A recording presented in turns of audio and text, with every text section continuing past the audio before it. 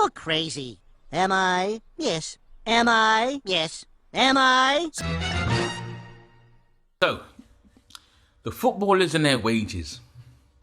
Now, I haven't really been following this too tough. And it was only because of an article that popped up in my messages that they still can't decide on this whole negotiation between giving the football players a 30% cut in their wages, right, to help with the NHS or just to go along. And at first I was thinking, you know what, right, to ask the football players to take a 30% cut in their wages just because, you know, they happen to be paid nicely, I think it was a bit harsh, yeah? And I think, you know, picking on them solely or specifically for that reason there, you know what I mean? I thought, that doesn't seem kind of right. It doesn't kind of sit well, right?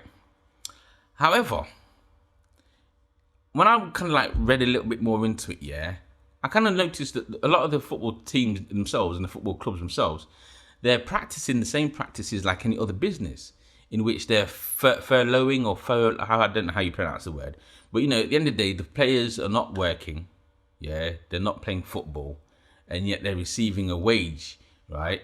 And if it is, I'm not quite sure, but if it is 100% business as usual with how they're getting paid, that I do have an issue with, yeah, because I don't see why they should be exempt if they're following the same rule or going by the same laws that everyone else is going to. So I myself, and I'm sure many people out there who can't go work because of the coronavirus, yeah, you've taken a 20% pay cut, right, in order to ease a little bit of pressure on the government, you know what I mean?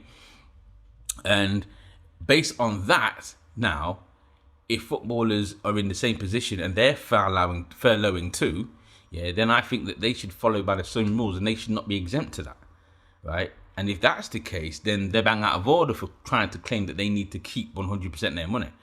Now, if the team or if the club itself is paying them their wage, yeah, and the club is paying them their full 100%, then that's on the club. You know what I mean? That has got nothing to do with this, yeah? But if the club is then asking the government and the taxpayer to compensate for that, yeah, then I feel that they can't be claiming that they need to receive 100% of their wages as standard procedure, as normal. You know what I mean? And they do have to adhere to everyone else because, like I says, most people that are furloughing or that are, you know what I mean, are taking the 20% cut. And some people have been asked, and some people who have got full-time jobs who are still probably going to work have been asked if they can do, you know, a snidey month here and work for free for this month and whatever because of the company might not be able to afford to pay them. You know what I mean? Because of the lack of trade that's come through the doors. Now, football's come to a complete stop. Yeah, people ain't going to no matches, and maybe they might be getting their TV. I don't even think they can claim their TV rights because there's no new games on tele. Well, not in England anyway, because there'll be no matches being played. So they're not making that kind of revenue. So someone's having to pay the bill. You know what I mean? So based on that, I feel that the footballers it wouldn't kill them, yeah, to take a cut in their wage. You know what I mean? Considering how much they get paid, and like I said, it shouldn't really bother me. It doesn't really bother me how much they get paid, but I do have to state that they're not getting paid an average wage like everybody else. Yeah, and the cost of living, if you're locked in your house and you can't go nowhere, your cost of living is going to be the same as, maybe not the same as mine, but when you're getting bread or you're going to the supermarket, you're not paying 5 times more in bread than I am. The only thing that you might be paying excess is probably that mortgage or something like that. You know what I mean? Or, you know, car insurance because you drive a really flash car or whatever. But that ain't on me. Right? And I don't feel that the average person should have to compensate for that just because you have that lavish lifestyle.